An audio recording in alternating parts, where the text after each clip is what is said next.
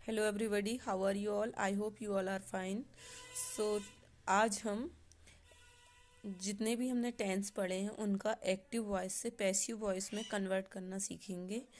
तो सबसे पहले हम देखते हैं कि कौन कौन से टेंस है जिसको हम एक्टिव से पैसिव वॉइस में कन्वर्ट कर सकते हैं। तो यहाँ पर आप देख सकते हैं कि यहाँ पर प्रेजेंट टेंस है, तो प्रेजेंट का इंडेफिनिट टेंस एक्टिव से पैसिव वॉइस में कन्वर्ट हो सकता है। पास्ट इंडेफिनिट भी एक्टिव से पैसिव में कन्वर्ट हो सकता है और फ्यूचर इंडेफिनिट भी हो सकता है। ठीक है। और ठीक इसी तरह से प्रेजेंट कंटिन्यूस टेंस और पास्ट कंटिन्यूस टेंस। और देखिए यहाँ पे फ्यूचर कंटिन्यूस टेंस को हम एक्टिव वॉइस से पैसिव वॉइस में कन्वर्ट नहीं कर सकते, क्योंकि इसमें हम ये बहुत ज़्यादा ऑकवर्ड हो जाता है यदि हम इसको कन्वर्ट करते हैं। तो इसके जो ग्रामर रूल्स हैं वो सही तरह से सेट नहीं होते हैं। तो जब हम बात करेंगे तो वो बहुत ऑकवर्ड सा लगेगा, इसलिए हम फ्यूचर कंटिन्यूस को एक्टिव से पैसिव वॉइस में कन्वर्ट नहीं करते हैं। ओके। ठीक। और इसी तरह से प्रेजेंट परफेक्ट टेंस को कन्वर्ट कर सकते हैं, पास्ट परफेक्ट और फ्यूचर परफेक्ट को हम एक्टिव वॉइस से पैसिव वॉइस में कन्वर्ट कर सकते हैं। लेकिन लेकिन लेकिन यहाँ पर अब आ रहा है perfect continuous tense. Perfect continuous tense में हम ना तो प्रेजेंट को एक्टिव से पैसिव वॉइस में कन्वर्ट कर सकते हैं, ना ही पास्ट परफेक्ट कंटिन्यूस को एक्टिव से पैसिव वॉइस में कन्वर्ट कर सकते हैं, और ना ही फ्यूचर परफेक्ट कंटिन्यूस टेंस को हम एक्टिव से पैसिव वॉइस में कन्वर्ट कर सकते हैं। क्यों? क्योंकि अगेन वही रूल इस तरह से सेट होंगे कि ये बोलने में बहुत ऑकवर्ड लगेगा, जो कि जमेगा नहीं। मतलब हिंदी में अगर मैं बोलूँ तो वो अच्छा फील नहीं होगा। ठीक है। अब देखते हैं इसके फॉर्मूले। तो सबसे पहले हम प्रेजेंट टेंस के फॉर्मूले देखते हैं। तो प्रेजेंट में देखिए, सबसे पहले अफर्मेटिव सेंटेंस में एक्टिव वॉइस तो वही है जो टेंस में रहता है, टेंस को ही हम एक्टिव वॉइस कहेंगे।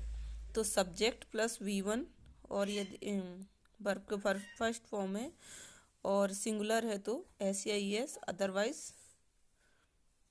अदरवाइज वर्ब का फर्स्ट फॉर्म, देन ऑब्जेक्ट। तो अब इसका पैसिव वॉइस किस तरह से बनेगा? फर्स्ट ऑफ ऑल हम जो सब्जेक्ट है वो ऑब्जेक्ट में कन्वर्ट हो जाएगा, और जो ऑब्जेक्ट है वो सब्जेक्ट में कन्वर्ट हो जाएगा।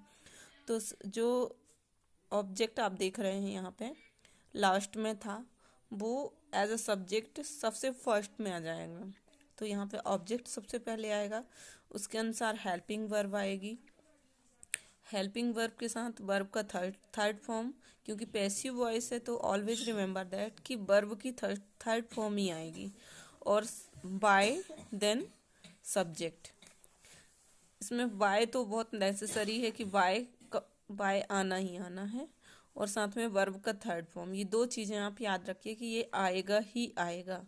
और यहाँ पे देखिए, जैसे यहाँ पे एग्जांपल हम देखते हैं, जैसे ही है तो ही क्या है? एक प्रोनाउन है। तो इसका ये एक सब्जेक्ट है, तो यहाँ पे ही का यहाँ पर हिम हो जाएगा एज एन ऑब्जेक्ट। जब ये यूज होगा तो ही का हिम हो जाएगा। ठीक है। चलिए अब इसका ऑब्जेक्ट देख लेते हैं। ही प्लेज क्रिकेट।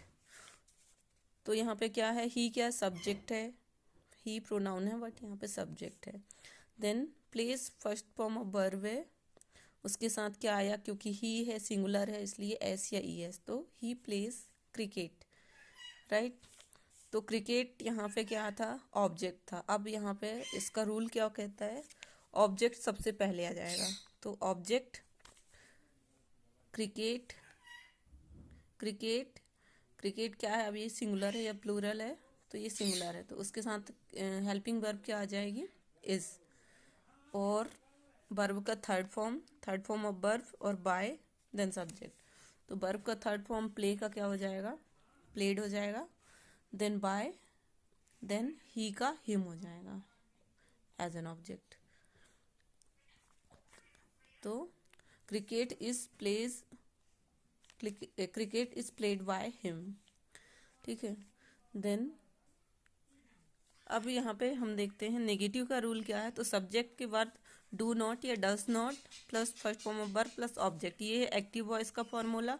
तो उसका पैसिव वॉइस का क्या हो जाएगा, object plus is am are plus not plus V3 मतलब third form of verb plus by plus subject. ठीक इसी तरह से इंट्रोगेटिव का फॉर्मूला भी देख लेते हैं। डू डज सबसे पहले आ जाएगा क्योंकि इंट्रोगेटिव है, plus subject plus V1 plus object, उसके बाद क्वेश्चन मार्क। तो इसका पैसिव किस तरह से बनेगा, is am are plus object plus V3 plus by plus subject, is am are plus object plus V3 plus by plus subject.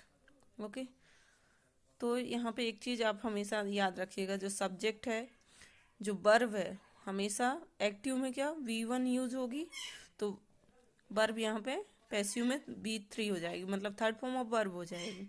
उसके बाद जो सब्जेक्ट है वो ऑब्जेक्ट बन जाएगा, ऑब्जेक्ट क्या होगा, सब्जेक्ट में कन्वर्ट हो जाएगा। अब हम पहला तो हमने देख लिया था एग्जाम्पल। हाँ, इसमें क्या देखते हैं कि जो टू बी रहता है ना, टू बी के फर्स्ट फॉर्म क्या है, इज एम आर। तो हेल्पिंग वर्ब जो प्रेजेंट टेंस में है यही यूज होगी, प्रेजेंट टेंस में is am are, past tense में वॉज वर, बीन, वर्ब का थर्ड फॉर्म बीन और वीन। ठीक है,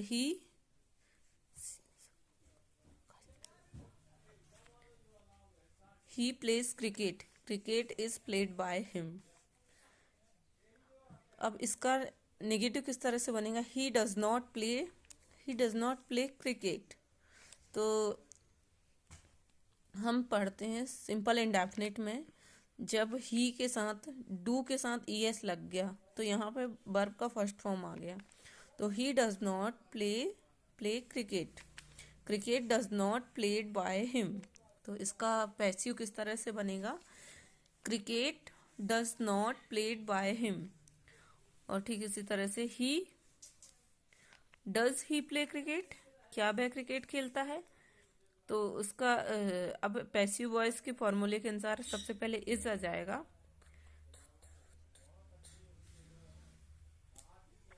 is cricket played by him.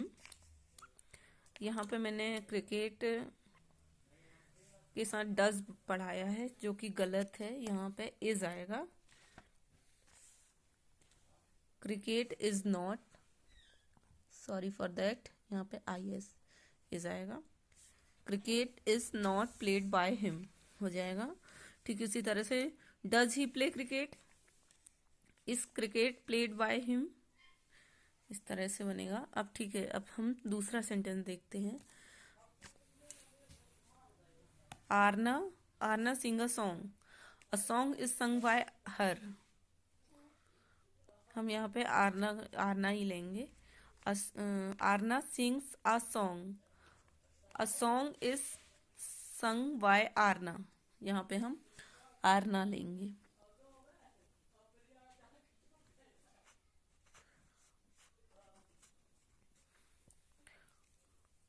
Second लेंगे, Aarna does not sing a song, a song is not sung by Aarna, negative sentence. फिर से एक बार, Aarna does not sing a song is not sung by Aarna. ठीक इसी तरह से does Aarna sing a song,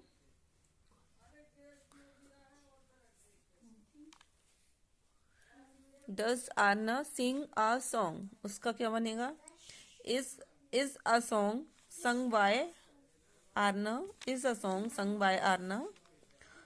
number 3 है I go to school, I go to school. तो इसका पैसिव वॉइस किस तरह से बनेगा, school is gone by me. अब देखिए यहाँ पे एक बार मैं फिर से आपको रिकॉल करा दे रही हूँ कि यहाँ पे जो आई है, आई जो सब्जेक्ट था ये सबसे लास्ट में आ गया, आई कमी हो गया, और जो स्कूल ऑब्जेक्ट था वो सबसे पहले आ गया।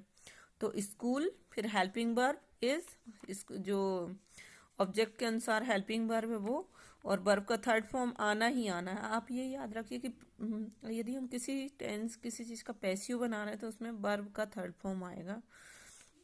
और उसके बाद बाय, ये भी कंपलसरी है, ये दो चीजें नहीं बदल सकते। तो third form of verb plus by. Then me, school is gone by me.